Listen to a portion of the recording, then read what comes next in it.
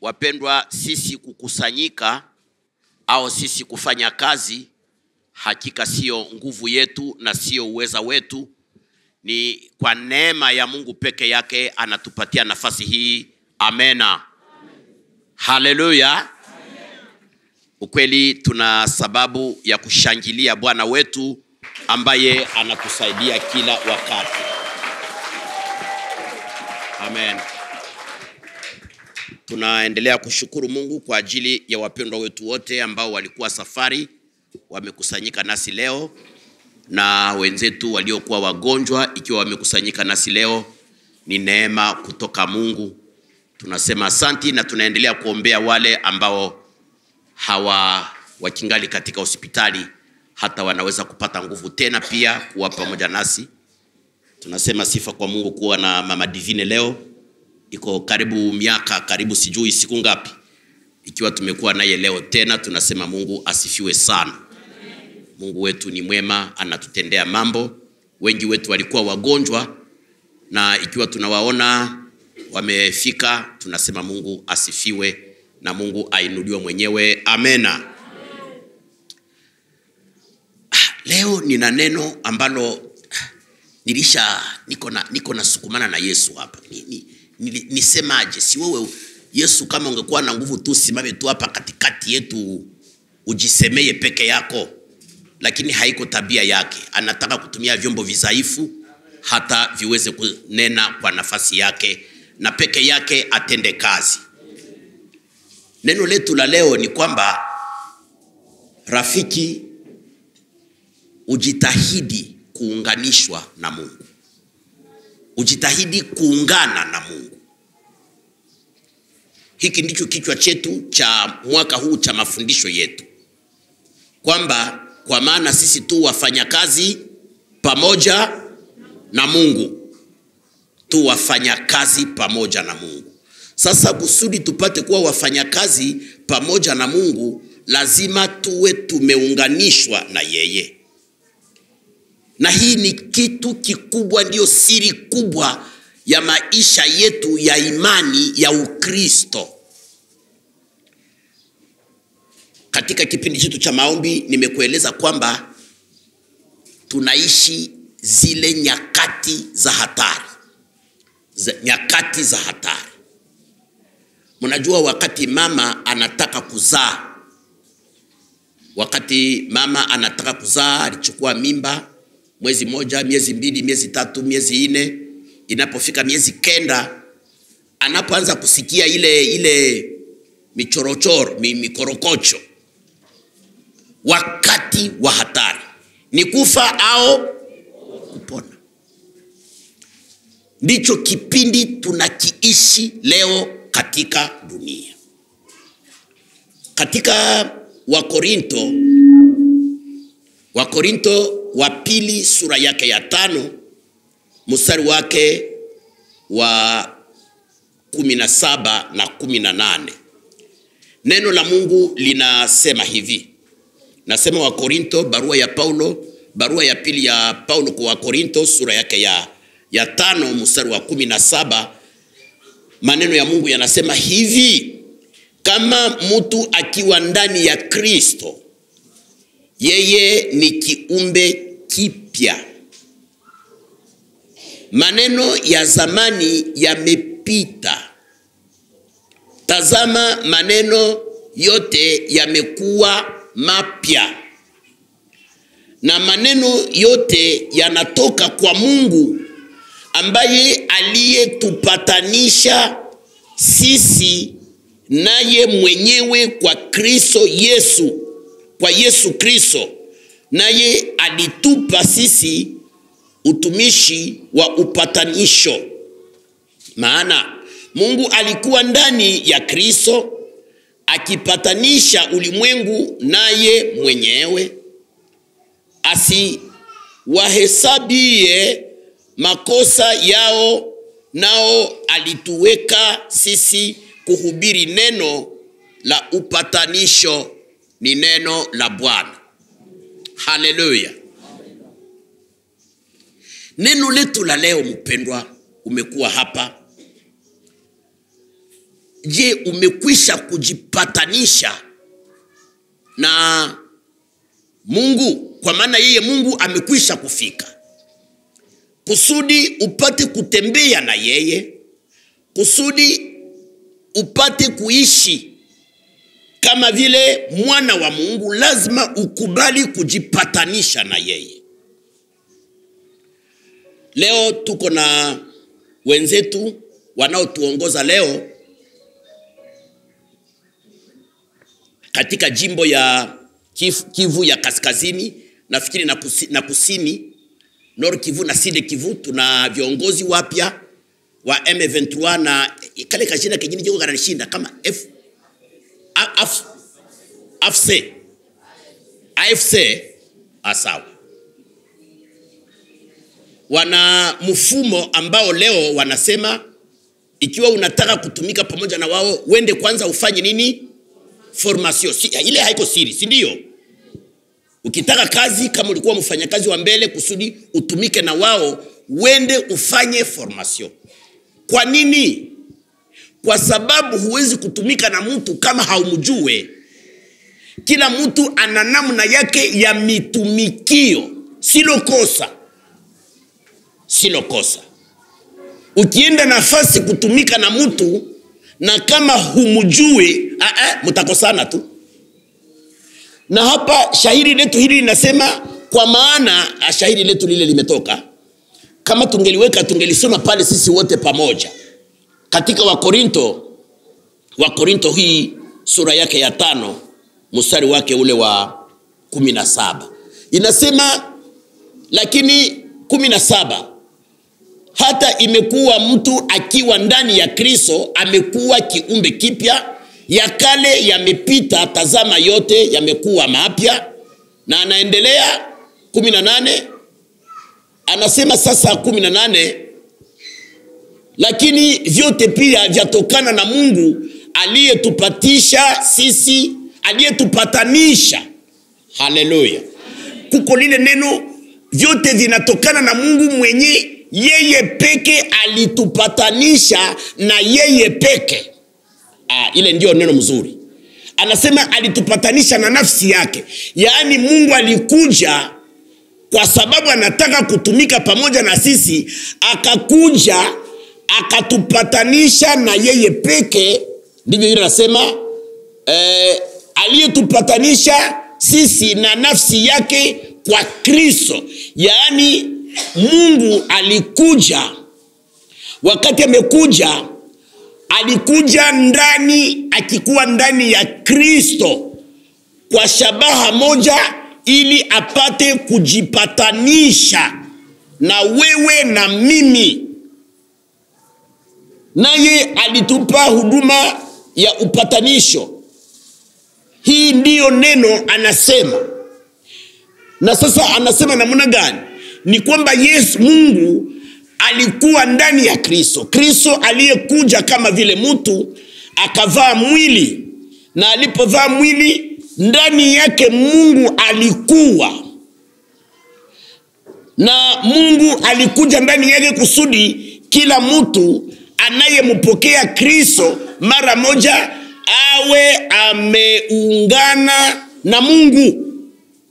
Na mtu akiwa ameungana na Mungu, anageuka kuwa kiumbe kipya. Wafransa wanasema nous devenons de nouvelles créatures. En disant cela signifie que nous perdons notre première nature. Asili yetu ya kwanza inakufa tunapompokea Yesu Kristo. Kwa nini? Kwa maana Mungu peke yake anaingia kwetu, na Mungu anapoingia kwetu anatufanya tuzaliwe upya na kufanyika viumbe vipya, sivyo tena viumbe vya dunia. Bwana sifiwe sana. Niko najiuliza, eski kama malaika angefika hapa yeye ndio aseme hii maneno? Labda kama Rafiki, mama, dada unayekuwa hapa leo, je, umekwisha kuungana na Mungu? Tunaungana na Mungu tunapomwamini Yesu Kristo. Hivi Yesu Kristo tunapomwamini, mara moja Mungu aliye ndani ya Yesu Kristo anaingia kwetu. Katika Injili ya Yohana Yesu anasema yale maneno kwamba mtu akiniamini, anasema kwamba mimi, yeye Yesu na Mungu wanakuja, wanaingia ndani ya ule mtu. Na ule mtu hayuko tena yule mtu, anakuwa kiumbe kipya. Ulizo ni hili sasa. Eske uko kiumbe kipya?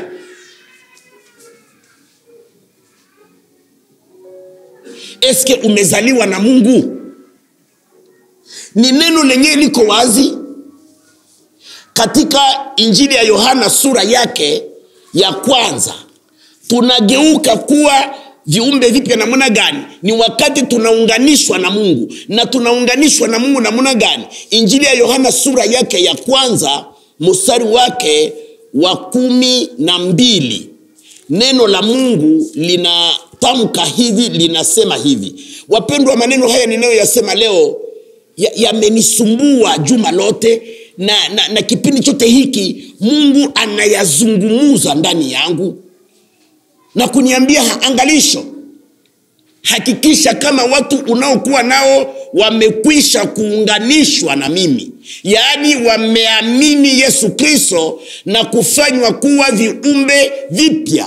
Kwa sababu tukikuwa pamoja hivi, tunaimba, tunahubiri, tunashukuru na mambo mengine, tunafika kanisani, na ikiwa huja kuwa kiumbe kipya, umeumia. Na Bwana anataka leo, yawezekana upo kanisani siku nyingi sana, lakini bado hujaungana na Mungu. Tunaungana na Mungu namna gani? Tunaungana na Mungu katika agano. Agano lipo katika Injili ya Yohana sura yake ya kwanza mstari wa 12. Inasema hivi, 11 naanza, alikuja kwake na walio wake hawakumumpokea. Tunafuatana? Haleluya. Yesu alikuja kwa walio wake, wakwao wakamkataa. Wale wake ndio watu gani, wapendwa? Kanisa. Wale wakwao wenyewe walimkataa ni wanani? Waisraeli. Yesu kwa maana Waisraeli waliona Yesu alizaliwa na Bikira Maria, na wote wakapata habari ya huyu ni mtoto wa Maria na Yusufu. Wakawaza ni kagarso ka Maria na Yusufu. Hapana, hawakupata habari. Lakini malaika alikuwa ameambia Gabrieli kwamba huyu Bikira Maria atachukua mimba isiyokuwa kwa uwezo wa mtu, naye atazaa mwana, na yule mwana utamuita Emanueli. Haleluya. Maana yake ni Mungu ndiye anakuja kukaa pamoja na sisi ili tupate kuungana na yeye na kufanywa kuwa viumbe vipya. Haleluya. Mama, dada, umekuja hapa leo, Mungu akubariki sana. Na neno la Mungu kwako na kwangu ni hili: hakikisha kwamba umeungana na Mungu na sasa uko kiumbe kipya. Tuna picha fulani ambazo kijana moja anatengeneza, kama tutafaulu tutazirusha hapa sasa hivi tu, lakini ngoja kidogo tuendelee hivi. Nataka kukuambia hivi, siri tunakuwa viumbe vipya. Kwa hii siri nakuwa hapa kwa mstari wa 12. Yesu alikuja kwa watu wa kwake, wakamkataa, wale wa Israeli, na mpaka hivi wakingali katika ule ufukara. Yesu haiko kwao leo. Lakini sasa nasema hivi, lakini wote ambao waliompokea aliwapa uwezo wa kufanyika watoto wa Mungu, ndio wale waliaminio jina lake. Amen. Wote waliompokea kuna uwezo wa kimungu, kuna nguvu za Mungu. Mfransa sijui inasema namna gani hili neno. Inasema namna gani wa vijana? Inasema namna gani? Il y a un pouvoir. Inasema, mais à tous ceux qui l'ont reçu, à ceux qui croient à son nom, elle a donné le pouvoir de devenir enfant de Dieu. Hiyo ni mapatano, iko agano. Mungu alisema namna gani? Katika kule mbinguni, wakati Yesu anafika, alisema sasa kila mtu atakayeamini, alimtuma kusudi aokoe dunia, kusudi watu wenyewe wanakuwa katika dunia wapate kuungana na yeye. Nikupatie mfano mmoja. Wakati Adamu na Eva walikuwa katika shamba la Edeni, walikuwa wenyewe, walikuwa pamoja na Mungu. Mungu aliwatembelea, waliongea na Mungu, na Mungu alikuwa pamoja na wao kila wakati. Lakini wakamwacha, wakafanya dhambi. Hapo ndipo kwenye tulipoteleaka.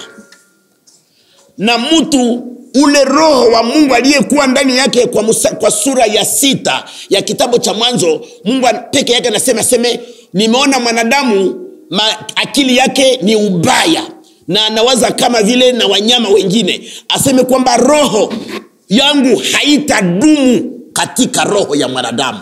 Hapo kwa ajili ya dhambi, roho wa Mungu akatoka katika mtu. Na tangu mtu, roho wa Mungu alipotoka ndani yake, mtu yuko anahangaika ajue kwamba kwa namna gani ataweza kujaza ile shimo mahali ambako kulikuwa roho wa Mungu. Hii ndiyo sababu ukiona pale kwa Mwanzo tu, katika kitabu cha Mwanzo, katika zile sura za kwanza, tayari kuna watu wanakuwa wachawi na kuabudu sanamu. Kwa nini? Fasi ambayo Mungu alikuwa, roho ilikuwa ya Mungu ilitoka. Sasa mtu anahangaika saa yote, atafute nguvu zenye zitaingia katika lile shimo ambako roho wa Mungu alitoka. Lakini hakuna kitu cha dunia kinaweza kujaza ile shimo asipokuwa Mungu peke yake. Sasa Mungu katika pendo lake akasema nitafute njia ya kutafuta mwanadamu. Akamtoa Yesu Kristo. Na Yesu Kristo alipokuja akasema, mimi ndimi njia na kweli na uzima. Njia ya nini? Ya kuwarudisha kwa Mungu, mpate kuambatana na Mungu. Kwa nini? Mungu alikuwa ndani yake apate kujipatanisha na sisi.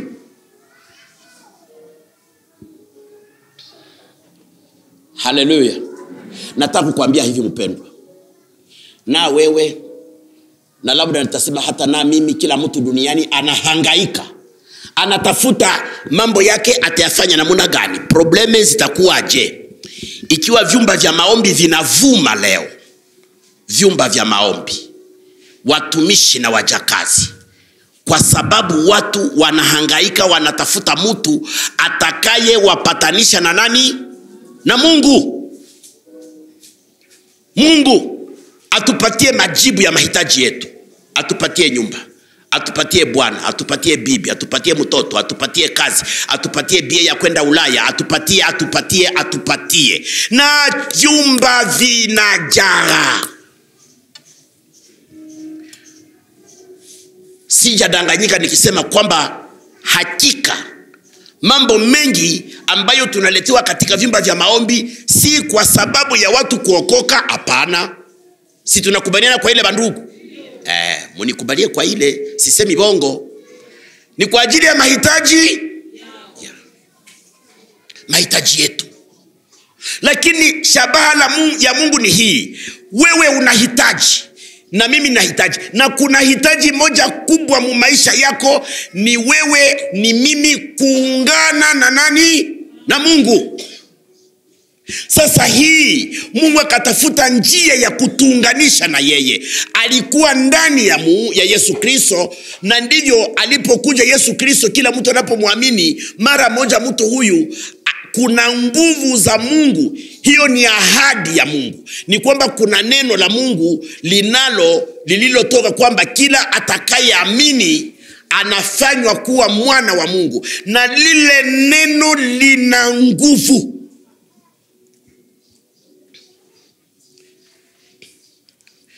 Tukingali tunazoea vitu vya kuonekana, lakini sasa pamoja na teknolojia ya leo tunajua kwamba ninaweza kuwa hapa. Mnaona ninavaa mikrofoni hii. Hii mikrofoni haina kamba. Niko nayo hapa, haina kamba. Kule kuna kachuma kadogo kenye kanakuwa pale, hapa katikati kuna uwezo wenyewe unaniunganisha na kale kachuma. Mikrofoni zingine zina kamba hivi. Hii mikrofoni zenyewe imbeba naimba nazo hazina kamba. Kuna siri kule, kuna chuma kwenye, kuna hapa katikati kuna uhusiano wenyewe naunganisha. Sasa Mungu, hiyo inatoka Mungu. Sasa kule kwa Mungu, yeye alisema hivi, ni neno lilitoka katika kinywa chake. Mtu akimwamini Yesu Kristo mara moja, kuna nguvu za Mungu zenye hazionekane kwa macho, zinamgeuza anakuwa nini? Mwana wa Mungu. Na huyu mtu ameungana na nani? Na Mungu. Na sasa huyu mtu haiko tena mtu kawaida. Yesu. Niseme neno lenye halitawafurahisha. Samoya niko batu wenye kuongea nabo na bibi yangu na wengine. Nasema akose nifanye na mie kanisa moya. Nifanye ka eglise. Batasema ni eglise de reveil. Lakini ingekuwa yangu tu nianze hayo niambie, bwana, kama unakuya kwa Mungu, okoka uungane na Mungu. Nikimwona kama mtu haungane na Mungu anakataa, nasema toka. Kwa sababu kweli kama vile Mungu aishivyo, ukiwa umeungana na Mungu, wewe ni mwana wa nani? Na dunia haina mamlaka tena juu yako. Problem yenye tuko nayo, hatuungane na Mungu, hatuitike kuamini Yesu Kristo. Nasema hivi, tunaamini Yesu Kristo, tunampokea na kusema Bwana nimekuamini. Na kuamini Yesu ni kushika maneno yake anayoyasema. Hili ndilo neno la leo Mungu anataka kutuzungumuza, wapendwa. Kwamba kuna nguvu zinazofanya tunaishi sasa katika Kristo. Wapendwa, mtutilie Wakolosai sura 3 mstari wa 3. Mtaona namna gani tukisha kumwamini Yesu Kristo maisha yetu yanakuwa namna gani. Katika hiki Kiswahili cha Kongo sijui itasema namna gani, lakini katika Wakolosai sura yake ya 3 mstari wake wa 3, hapa kuna neno la Mungu ambalo linasema hivi. Hili neno tafadhali ulishike vizuri. Wakolosai sura yake ya 3 mstari wake wa 3. Neno la Mungu linasema hivi: kwa maana mulikuwa na uhai, kwa maana mulikufa, na uhai wenu umefichwa pamoja na Kristo.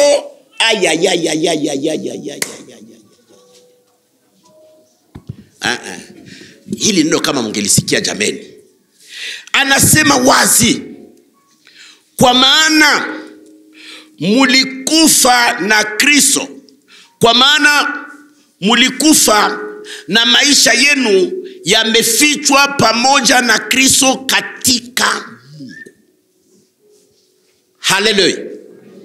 Asikia hivi, watu wote wanaomwamini Yesu, wakati unaposema Yesu wewe ni Bwana wangu, hapo kwa sababu unapomwamini Yesu automatikema maisha yako yanakamatwa na yanafichwa ndani. Unakuwa kiumbe kipya.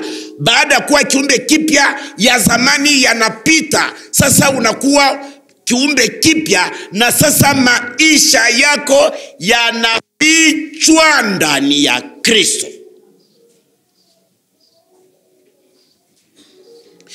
Nimewaambia hivi, tuko tunaishi wakati wa hatari. Wapendwa, acha niwaambie hivi. Haleluya. Acha niwaambie hivi. Maana yake kama tunasikiaka kwamba ile wakati wa Nuhu zambi zilifurika, acha niwaambie kwamba kipindi chetu tulishavuka wakati, tulishapita kile kipindi cha wakati wa Nuhu. Sodoma na Gomora ilikuwa vile vile. Wakati hata leo tulishavuka kipindi vile Sodoma na Gomora walifanya zambi, sie tulishavuka. Sasa kwa sababu tunaishi kipindi cha uchafu, tunaishi katika hatari kupata mtu mmoja kuamini Mungu. Nani basi? Nani? Katikati yetu hapa. Katikati yetu. Wangapi wameamini Yesu hapa? Wangapi wameungana na Mungu hapa? Wangapi? Picha nzuri sana ni hii. Picha nzuri ni hii tunapata katika kitabu cha Yoshua. Kitabu cha Yoshua, nataka kusema Yoshua sura yake ya 6. Sura yake ya 6 kitabu cha Yoshua. Maneno ya Mungu tupate kitu hapa. Kwa maana pale tunasikia kwamba tukiwa tumemwamini Yesu Kristo, sasa yaani tumekufa katika mwili. Wakati mtu anapomwamini Yesu Kristo kwamba ninamwamini Yesu, wakati mtu amesema vile, anasema kwamba naacha vya dunia. Ninaacha vya nini? Ninafanyika kiumbe kipya. Siko tena ule mtu wa zamani. Mambo ya dunia ninaacha. Na ndio yale yenye Mungu anasema kwamba msifananishwe na watu wa nyakati hizi. Mkifransa inasema mzuri, ne vous conformez pas au siècle présent. Msifanane na watu wa dunia hii. Wakristo wetu mnakimbia nyuma ya dunia sana. Sana sana sana. Wakati kutafika nguo za kuonyesha hii upande, ale Wakristo wetu nao bataonyesha hii upande. Batasema haiko hii upande, ni hii upande. Ale Wakristo nao wanaanza kuonyesha hii upande. Bakisema kwamba tunakatia nguo hapa, nao bataanza kutembea vile. Wapendwa, eske kweli ulikufa ndani ya Kristo? Kumwamini Yesu ni maisha ya zamani yanatoka na unakuwa kiumbe kipya. Ya kale yamepita, sasa yote ni mapya. Na wakati ule maisha yako yanafichwa, ni kwamba vitu vya dunia usivyogope tena. Tunaishi wakati wa krize. Kupata pesa leo kwanza kitu uswa dolari. Dolari njoo alishakuwa bwana mkubwa. Franka leo, krize leo. Lakini neno la Mungu linasema kama umezaliwa na Yesu Kristo usiogope. Kwa maana umeunganishwa na nani? Na ikiwa Mungu yuko pamoja na wewe, ni kwamba umefichwa ndani ya Yesu Kristo. Na ukiwa umefichwa ndani ya Yesu Kristo, mambo ya dunia hayako kwako. Tuna dini mpya ambayo imeingia katika makanisa. Na makanisa ni kitu ya kuacha. Karibu watu waseme tutoke. Balozi wananiloga. Balozi, kama unalogwa na mulozi, wewe uko mulozi. Pale tunaachana sasa. Pale tunaachana. Haijawezekana ikiwa umemwamini, umezaliwa na Mungu, uogope balozi. Kwa maana mnajua tunafikiria hivi, asemu kanisa tunjo balozi wanakuaka. Bwana musoko mwenyewe unaendaka banayala.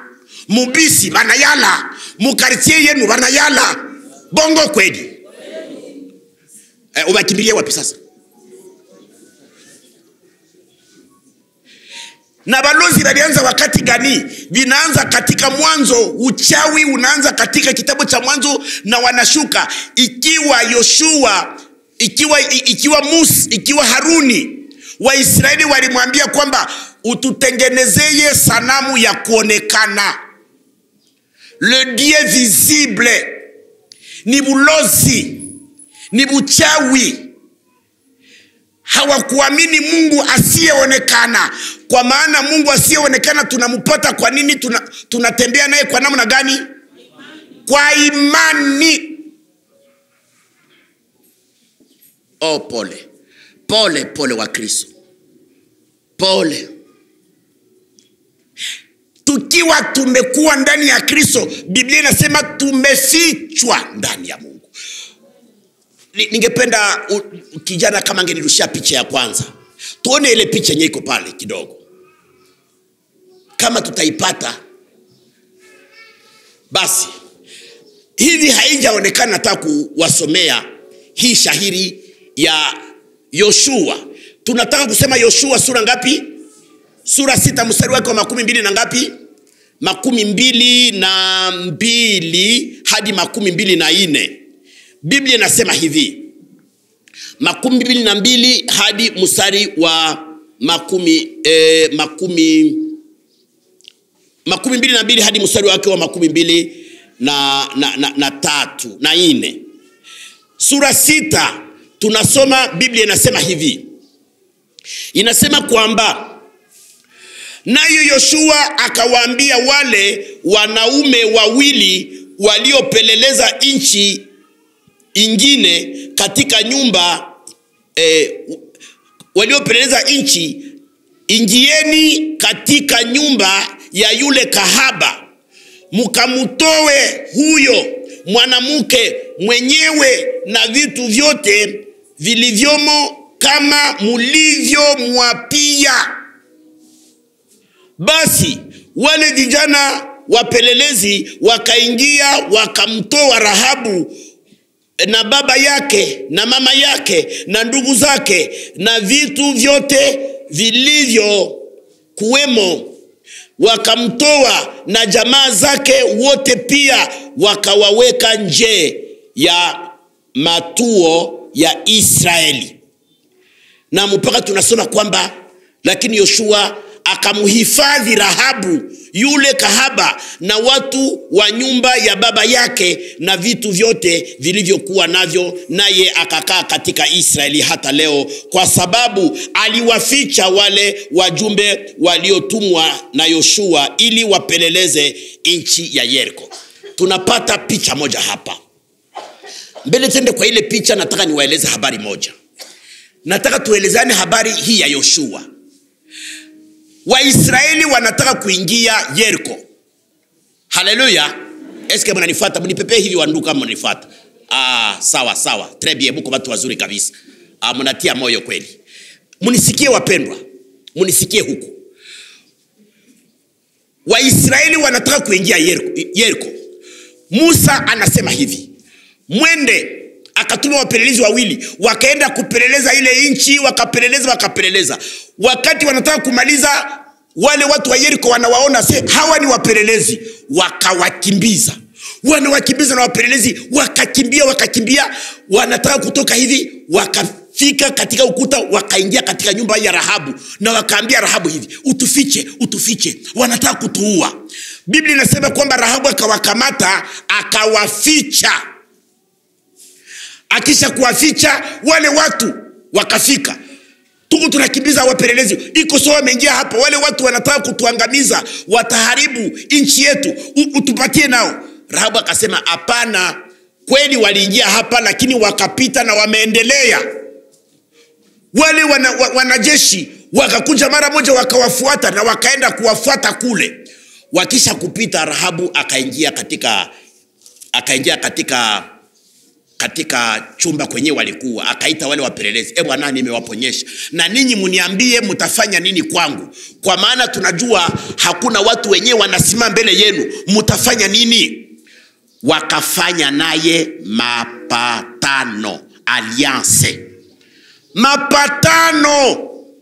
Ile patano waliopatana nayo, kama tungesoma katika Yoshua, hatuna muda mrefu, tungesoma katika Yoshua sura yake ya 4, kwamba walipoingia wale wapelelezi wakasema tunapatana, siku tutakapofika na wewe tutakuokoa na nyumba yako yote, na kwenda kutafuta mama yako, baba yako, ndugu zako na vitu vyote uvitie humu. Na wakakamata kamba nyekundu, wakaitia kudirisha, wakaitia kule nje, wakasema hii kamba ndio alama tutajua nyumba yako. Na mapatano yetu ni hii: tutakapofika kuteketeza hii mji, watu wote watakufa isipokuwa watu wote wanaokuwa ndani ya nyumba yako. Eske tunafuatana wapendwa? Mapatano. Wakaenda wale wa vijana, na sasa wakati Yeriko wanafika, Israeli walipofika pale, Yeriko imejengwa hivi na watu wenyewe walikuwa ndani, walikuwa tayari kwa vita. Na sasa Mungu akawaambia Waisraeli wazunguke mara moja kwa kila siku. Siku ya 7 wakazunguka mara ngapi? Mara 7. Na kwa turu ya 7 wakapiga panda, ukuta ukaanguka. Musikie sasa. Yoshua akaambia wale wapelelezi, wale wanajeshi, na akaambia Israeli, munaingia ndani ya Yeriko, na mtoto wa kunyolewa muwembe asibakie, na mimba muharibu, kila kitu munaharibisha. Watu wote na Yeriko neno lilikuwa ni hili: wasitoshe na mbuzi, wasitoshe na kondoo, wasiache na mtoto na kuku, waiue vyote viwawe, hakuna hata mtu mmoja. Yoshua akawaambia hivi: sofe wote wanaokuwa katika nyumba ya nani? Ya Rahabu. Kwa nini? Mapatano. Na wakaingia ndani.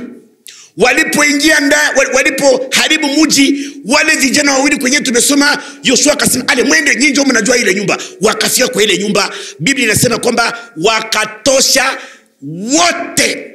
Na kama mlikuwa kuku, nayo ilipona. Akosa tana panya, nayo ilipona. Kama panya ilikuwa mkitunga wakati wanakireba, nayo ilipona. Na watu wenyewe walikuwa na baba yake na mama yake, wenyewe walikuwa mwa ile nyumba ya Rahabu, wote walitolewa. Ni kwamba wenyewe waliokoka tu Yeriko ni wale waliokuwa ndani. Mapatano ilikuwa ni kwamba chochote watakao kuwa ndani ya nyumba ya Rahabu wote waokoke. Bwana sifiwe sana. Sasa nyumba yetu ni nani? Ni Yesu Kristo. Yesu yeye ndiye nyumba yetu. Tupate ile picha ya kwanza pale. Ile picha ya kwanza, wapendwa, wakati tulikuwa katika dhambi, tulikuwa katika Yeriko, yaani katika ulimwengu. Ulimwengu ni hii ambamo tunaishi ndani. Sijui vijana picha ile imepotea. Basi kama imepotea tuendelee. Lakini nataka kusema hivi: katika dunia hiyo ni picha ya kwanza. Ni kwamba sisi wote tuko hivi katika dunia. Hii dunia, ulimwengu mwenyewe tuko ndani ya Yeriko. Na tunaishi katika hii hukumu ya Yeriko, na hukumu zote zinazoanguka katika hii dunia nazo hatutakwepa, zitatuumiza. Lakini Mungu kwa upendo wake kule mbinguni akaanza kufikiri. Picha ya pili. Kule mbinguni Mungu akafikiri kwa ajili ya upendo wake, akasema muulimwengu muna watu ambao wananikumbuka, ambao watanitii. Nitafute njia, mkaona Mungu kule juu mbinguni na hapa ni ulimwengu. Sasa Mungu kwa njia yake anasema pana. Mapendo yenyewe iko ndani yake, na ile nasema ile mapendo, Yohana sura 3 mstari wake wa 16 nasema, kwa maana jinsi hii Mungu aliupenda akamtoa mwana wake ili kila mtu amwaminie. Mungu akasema basi ninamtoa mwana wangu kusudi apasue, kwa maana kulikuwa ukuta, kulikuwa shimo katikati ya Mungu na mtu. Sasa tunaenda picha ya tatu. Sasa picha ya tatu inasema namna gani? Picha ya tatu hapa tunaona kwamba, munaona Picha ya tatu ni ule msalaba. Ule msalaba si kitu kingine, ni Yesu Kristo. Yesu Kristo alikuja kutafuta watu wake katika dunia, na akawaweka wapi? Katika kanisa. Wale ambao Yesu anawapata, anawaingiza katika kanisa. Kweli wapo katika dunia, lakini wapo katika, na lile kanisa inalinganishwa na nyumba ya nani? Nyumba ya nani yenyewe tumesoma hapa? Ya Rahabu. Haleluya. Ni kwamba nyumba ya Rahabu nayo ilikuwa Yeriko, lakini Yeriko itashambuliwa. Lakini watu wote wenyewe wanakuwa katika Yeriko, wote watakufa, isipokuwa wanaokuwa katika nini? Katika nyumba ya Rahabu, ndio kanisa lile. Sasa hili kanisa, Yesu akakuja akafa msalabani kusudi kila mtu anayemwamini apate kuingia katika kanisa. Na lile kanisa, Mungu yuko katika kanisa lake. Wale watu wanaokuwa pale wanalindwa na Mungu. Wapendwa, iwe ni vita vya mabombe sawa vile vyenyewe tumeona. Mtu wa Goma ukiambiwa vita, unajua vile vinakuwa mtamu viko mtamu baba. Kweli wakati kinangoroma na njoo mnyumba mwingine anataka kujificha pale, hakuna wanaume na wananeni. Sasa ni kweli, na Mungu mwenyewe alifanya rugenzi akaikala kukiti, bombe kampata. Si ni kweli ile? Bwana masasi kilia lala chini hata uko mwanaume.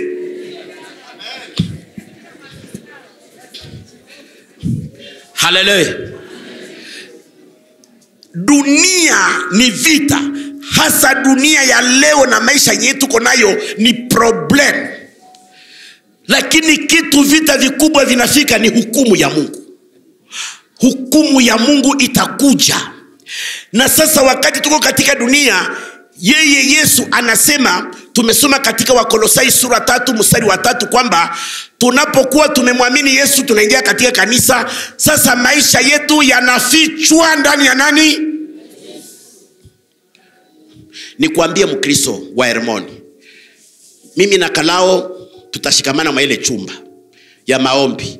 Tuko na maombi siku ya 3 na siku ya Mkristo.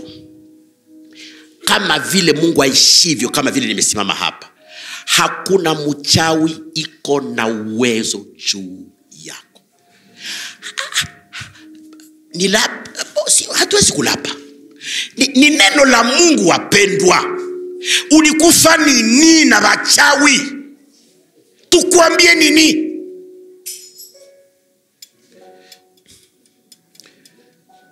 Kuna watu wenyewe wanaelewa nikisema vile kwamba maana yake mchungaji, na kuna wanasema hivi maana yake balisha mwamvute mie huyu. Pima kama uko mchawi uniamvute uone meno yako itoke. Na mtu mwingine usiseme vile nani apime nani meno yake itoke hapa. Sisemi kama wachawi hawako. Wenyewe tulikuwa nao maombi, si mashuhudia vile wachawi walinogaka. Si tulikuwa, bali nipatia kanyama za nguruwe nikazikula.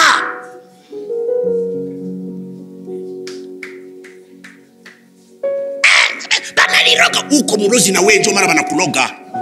Balozi banakula wengine. Tutaogopa nini tukiwa tumefichwa ndani ya nani? Tuko mudunia lakini tumefichwa. Na pale kwenye tuko, Mungu yuko pale, Yesu yuko pale, anatuchunga. Wakolosai 3:3, maisha yenu yamenini? Mtutilie ile Bwana sifiwe. Bwana sifiwe. Munisaidie tu si abote tusome ile verse. Si abote. Si tunajua kusoma, mtakuwa mnasoma nyuma yangu. Kwa maana mlikufa na uhai wenu umefichwa pamoja na Kristo. Twende pamoja.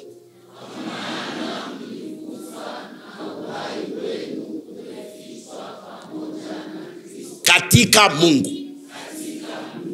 Ingine mara moja wapendwa marafiki yangu. Tusome tu ingine mara moja. Si ndio? Tutasoma hivi. kwa maana mlikufa na uhai wenu umefichwa pamoja na Kristo katika Mungu. Twende pamoja.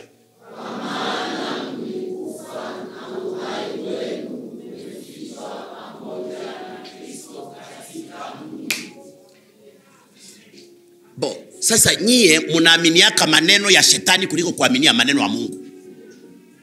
Hata unalota machawi, ubaambie hivi. Mimi niliambiaka watu wao hivi. Hata mchawi naweza kulota nashtukia nalamuka amenitia inji. Nikasema okay, très bien. Nilikuwa ninachoka kutembea, njoo mara umenitia hapa. Narudia tena mnyumba. Hauniwezi.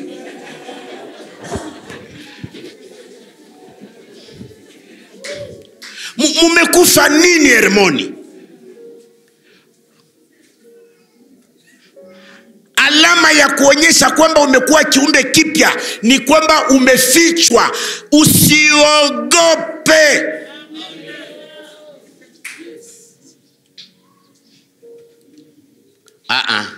Hamutasikia maneno ya bacho njoo yenyewe mnasikiaka. Banakulaka batu ukikula nyama basi umekufa. Mimi nilisikulaka bapendwa. Nilikuwa balikuwa ba family libre katikati. Nilikuwa wakati ile siaoa niko na ba family libre mbili pale. Sitasema kabila yao. Didi njoo mwenyewe niliambiaka kabila yao. Basi kumbe napita pale bana nitamani na nikingali kakiana. Mwaile wakati tulikuwa tunaivala mapantalo ziletwa tu gros. Napita na tu gros yangu pale, naenda kwa masomo, naenda kufundisha. Siku moja bakaninalia lokali. Sialala wapendwa. Kidogo tu hivi silale. Banakuya na nyama, masosiso za nyama za nguruwe. Nikasema niko célibataire siku mingi sikula kunyama. Nakula.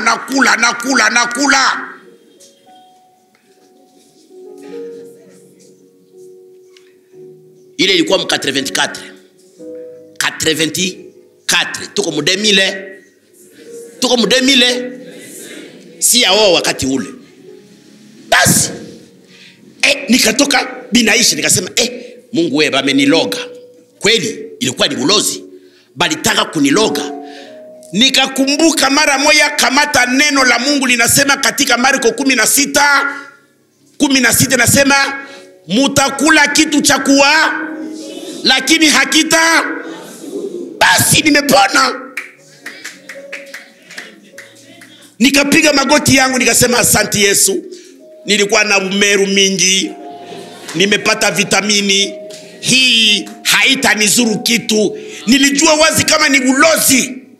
Lakini imani yangu inasema Biblia kwamba siwezi kulogwa kwa sababu Yesu yuko ndani.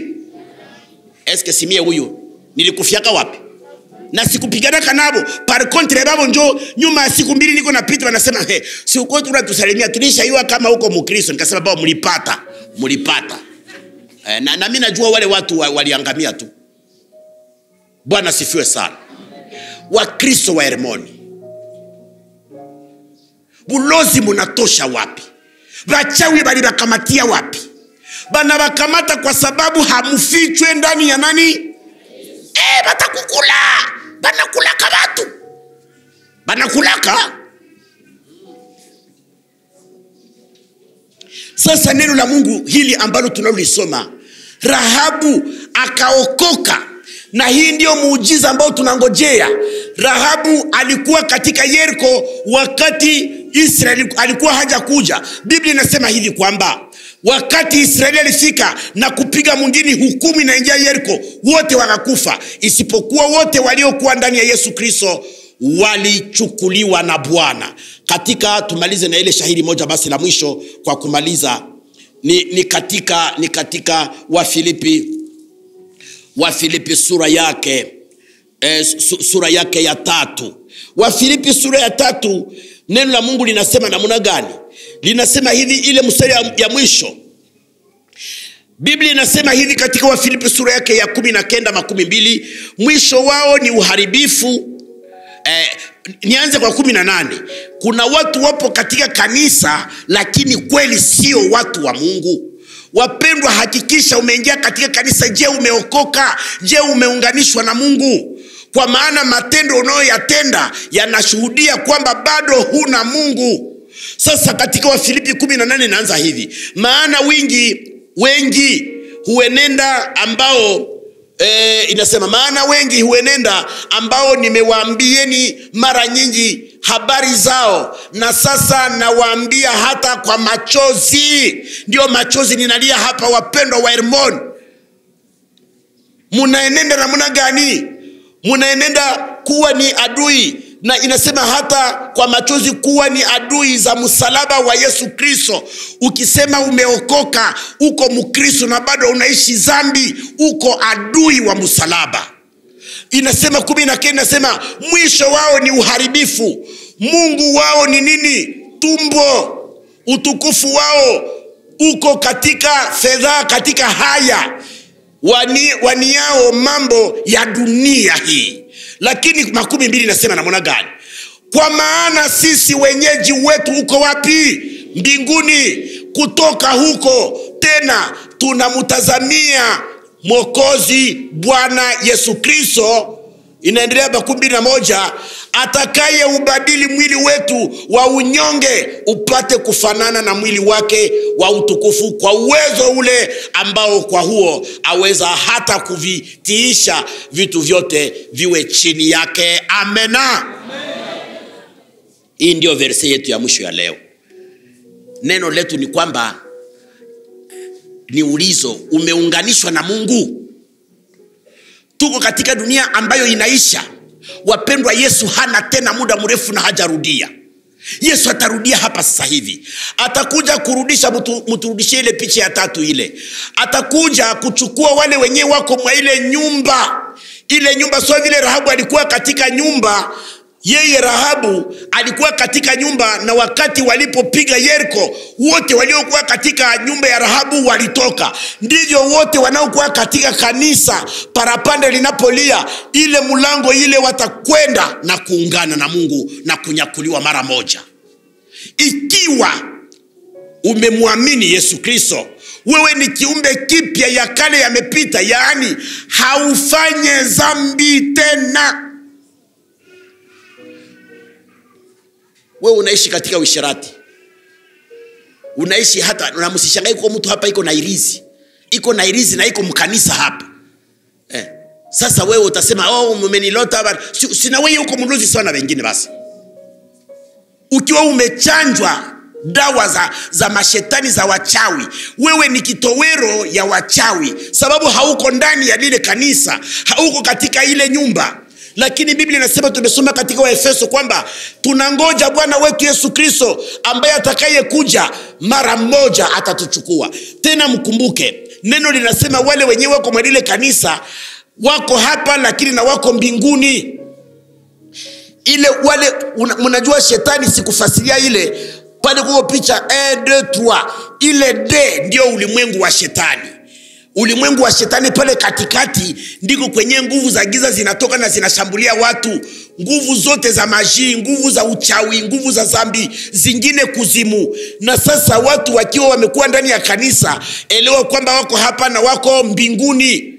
Wamekuwa na uhusiano na Mungu, wanalindwa na Mungu. Ndivyo vile Meshake na Abednego walipoambiwa waabudu sanamu, wakakataa, wakasema hapana, sisi hatutaabudu sanamu, kwa maana tuko ndani ya Mungu. Na walipotupwa katika moto, mara moja Mungu alionekana. Wapendwa, ukiwa pamoja na Yesu, ikiwa umeunganishwa na Mungu, Mungu yuko pamoja na wewe, usiogope. Na tunangoja parapanda ambalo litakuja. Parapanda ambalo litakuja na halina siku nyingi, karibuni litalia. Nataka kuambia hivi, njoo sababu hiyo vitu vyote leo biko digital. Si kama bangapi mlishafanya recensement? Kuko wenyewe walishafanya recensement, tie mkono juu. Wangapi? Wachache. Ni utambia wengine. Na mimi nilishafanya recensement. Tuko na carte ya recensement hapa. Ilienda wapi? Bibi yangu njoo iko nayo. Ni kuchungana nayo mzuri Oh la la. Nataka kuonyesha kitu kimoja hapa. Wapi? Sijui okay, naipata. Karte yangu ya recensement njoo hii. Kuko mwenye kuna hii naye. Kwa hii karte nilitaka kufika pia na pasiporo yangu. Kwa hii karte hapa, kwa hii hakuna jina. Eske mnaona hii? Kuko mwenye kuna hii. Hakuna jina, kuko hii kitu. Banaita hiyo code key. Kuko mashine unapoionyesha hapa majina yangu yote inaonekana, si ndio vile? Wewe uko nayo pale na majina yako iko pale. Okay, na mimi nitaifanya vile. Mnajua hii? Eske mnajua hii? Mtaenda kunishitaki. Sasa hii yenyewe iko kwa hii, ukiangalia kwa karte yako ya rolema. Karte ya rolema nayo ukiangalia nayo iko vile vile. Karte yetu ya rolema njoo hii. Angalia hiki kitu kiko hapa. Mnaangalia hiki kitu kiko hapa. Uangalie na karte yako ya rolema njoo hii hapa. Eske mnanifuata? Mnajua maana hii? Mwa hii telefone yangu hamuna tena. Mbele juzi kuko mtu mwenye alitumia franka. Zilikuwa humu franka, mlikuwa $100. Mtu mmoja yuko kule Bulaya alisema njala kule nataka kukua, nikasema kweli huko nimeharibu, akanitumia nikasema Mungu akubariki, akanitumia sasa $50. Nikasema asante. Sasa ziko wapi? Aliniambia tu nimekutumia franka, wewe uangalie kwa telefone. Bona kia tititi na ziangalia ziko ndani. Nikaenda kule kwa bale watu baba exchange. Nikasema kweme pesa. Bakafia kweli telemani pa franka zikatoka bie 150 kapu. Eske mnajua vile vitu? Ili nimewaonyesha mnajua yuko karte darolema, ku passport, kuko vile vitu. Ni kwamba hii unapofika ku mashine sasa leo biko wanafanya tu mashine hivi pa majina yako yote yanatokea hapa. Bongo kweli. Kwa hii karte yako ya rolema kama imepotea, kama tukingali na wale watu unafika pale tu kwenye walifanyaka hii wanaonyesha kitu hapa pa na majina yote karte yako yote yanatokea. Wakati unaenda uko na pasiporo unafika kuduane wanatia ile pasiporo kwa kitu kimaya hivi majina yako yanatokea yote. Bongo kweli. Franga zenyewe ziko hautasema wewe kama uko na franga kwa telefone yako hatutakuomba hazo. Lakini Airtel mali si tuko tunaweka pesa humu. Tuko na mkristo wetu moja nani mama hapa. Iko anatutumia chakumi chake kila wakati ku telefone. Mnajua ile ni nini? Hiyo tayari tupo katika utawala wa hesabu. Kwamba watakaojua ile wakati tuko deja mu gouvernement tuko na imeanza tangu zamani. Epi dede ukikutana na mtu leo wakati mnakutana na unataka utaongea naye utamwambia hauna hata haja ya kuuliza jina lake. Unamwomba tu nini? Nimero ya nini? Ya telefone. Hii nimero yako ya telefone. Leo ni nimero.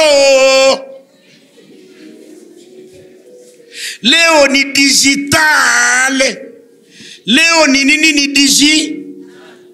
Hii inaonyesha kwamba tayari kitu kinaitwa gouvernement ya mpinga Kristo iko tayari. Uendelee mzambi bie, lakini naamini wengi wetu wako hapa hawatakufa na Yesu hajarudia. Hata hivi ziko kukichwa yangu hivi, yawezekana sitaingia kaburi na parapanda halijalia. Wapendwa, tuko wakati mubaya. Ile mauaji, ona vile Wakristo wanapenda pombe leo vile pombe imepata kuvuma. Wisherati pombe, mpaka tunashangaa na manyumba za Wakristo wanauzisha pombe. Yesu wangu. Hapana kuuzisha pombe na kama hauikunywe. Wewe wakati unakunywa, wakati unaingia mole kokota kwanza yako moya. Kaka. Ale njoo bakilia banafika. Njoo vile utapata bakilia. Usiseme kwamba niko na iuzisha lakini haiko minjo niko na hii. Eske kweli iko seria ile?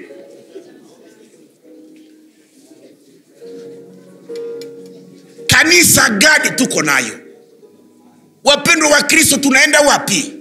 Kenyeni na wapasha wadada na wamama, muwe na kiasi katika mambo yote, katika mazungumuzo. Hizi simu muna mafilme pornografike wengi hapa, kama tukitia pale ale tukontrole telefoni yenyewe, utaona ndani macho tapasuka pasuka. Tunaishi wakati wa usherati, wa ulevi, wa uwaji. Mpaka mwai mwingine batu kuwa mtu haiko tena ndio problem, lakini bakisha kumuua na wanamu choma na wanamukula.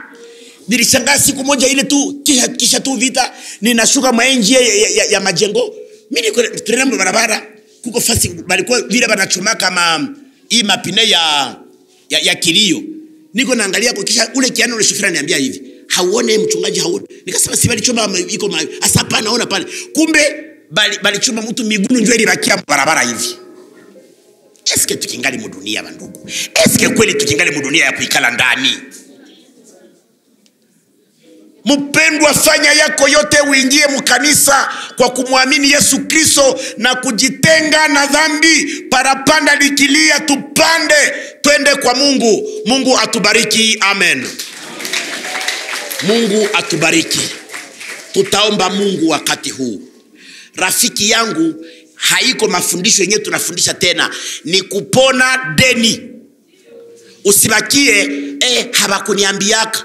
Na kuko wengine wenyewe wanasemeka si kwetu habakatazake hivi, tunabikataza. Masikio yako magumu ndio inaacha unalifanya, unavaa vile upo, unajikomplike na manywele mrefu na vitu gani na hapana. Tubafanye nini bandugu? Usihukumiwa useme mimi habakunikatazaka. Tunabikataza, lakini tukufanya ye. Ingia ndani ya kanisa, yaani acha dunia. Biblia inasema msiige dunia na mambo yake. Tuunganishwe na Mungu. Hutaweza kuunganishwa na Mungu wakati unapenda dunia. Tusimame. Haiko injili yenyewe tunahubiri tuko tunapona deni. Wakati utabakia usiseme habakuni ambia. Tutaomba Mungu, na kila mmoja ujiulize mbele za Mungu, niko namna gani? Mungu unisaidie, niunganishwe na wewe, ni kuamini Yesu Kristo, nisifungwe na mwili na tamaa zangu tena, kwa maana wakati wa kanisa umekaribia sana. Kanisa litakwenda na watakatifu. Mpendwa, ukibakia katika dunia parapanda litakapolia, utafanya nini mpendwa? Tumekuambia usiogope wachawi. Usiogope mambo yanayo krizi yenyewe inakuwa ya pesa. Tusiogope, Mungu atatuponya, atatulinda, msiogope. Hatutakufa, Yesu yuko nasi. Lakini chunga roho yako iko namna gani. Kila mmoja wetu ajiombee na kusema, Mungu unisaidie, nipate kukuamini, niunganishwe na wewe, niishi neno lako, kusudi ukikuja niwe katika kanisa. Mpendwa, wewe kuingia humu, wewe kuitwa huko Mkristo wa Elemoni haya kuponya kitu, kwa maana umejitenga na Mungu, umeacha Mungu, umeacha kazi ya Mungu, umekataa Yesu, unafuata njia zako mwenyewe. Na Bwana nasema, uko wapi leo? Uko wapi leo? Uko wapi rafiki yangu?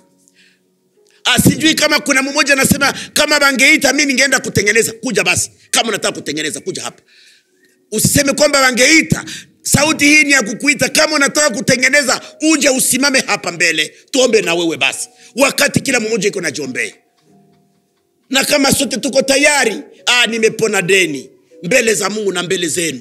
Wapendwa, ni wakati wa kutubu dhambi. Ni wakati wa kuangalia kama nimeungana na Mungu.